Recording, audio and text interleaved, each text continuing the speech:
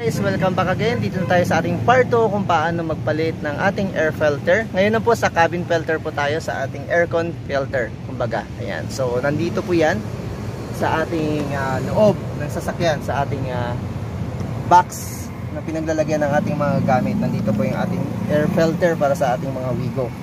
So, paano natin isaswap o papalitan ng ating bagong filter as DIY dito po sa ating channel, Richard Vlog.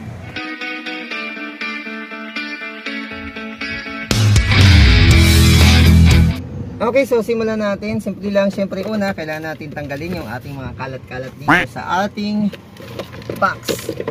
So, pagtanggal po nito, kailangan lang po natin i-twist to. I-twist back o palabas yung clip dito sa kabila. Dahan-dahan lang po kasi possible na mabali. Kaya kailangan natin kung paano mo iniingatan ang inyong relasyon, dapat ganito din pag-ingat. Sana all. Okay.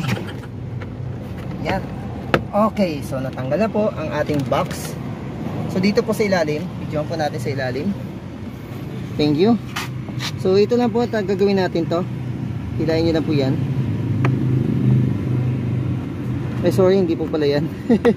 Ito po, ang gawin natin ito lang po, ito lang po, ilayin natin to. Yan. At dahan-dahan natin to. Ayun, dahan-dahan, tanggal na talaga.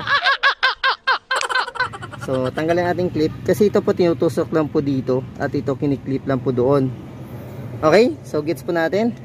Ang ating air filter dito sa ating cabin or aircon filter, ang itsura niya po ay ganito na. So, pagpagan ko ito nakaraan, kaya nag-order na po ako sa Lazada.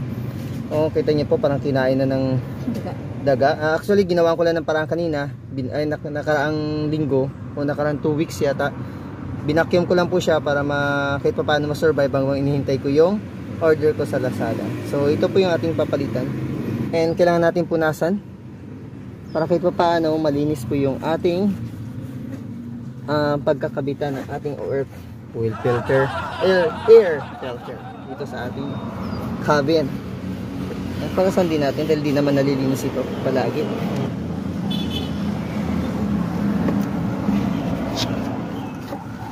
Actually, kayang-kaya po ito kahit bata nga Kaya niyang gawin to Kahit yung misis po natin, kayang utusan natin.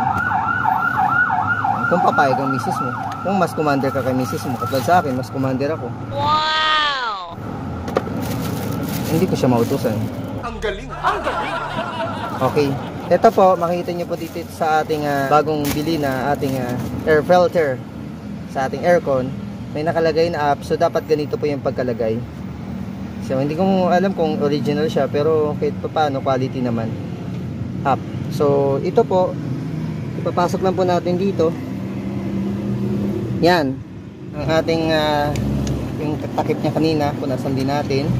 So, ito. Yan, again. I-insert lang po natin dyan. And ito, clip lang naman po ito dito sa loob. Yun. Ganun lang po. At yan, tapos na po tayo. Na-install na natin yung ating air filter. At ang lumang air filter, kailangan natin itapon to. Balik natin sa box. Balik natin yung box na nakakabit kanina dito. Yan.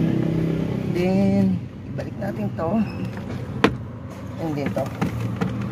Okay, so ganun lang kasimple. Tapos na po tayo, ganun lang po kasimple mag-install o magpalit ng ating air filter or aircon filter dito sa ating Toyota Wigo. I hope may natutunan tayo mga ka-easy at ating mga ka-Richard Vlog po dyan. Maraming salamat po sa panonood ng video ito. Hanggang sa next video ko po, abangan po natin. Thank you!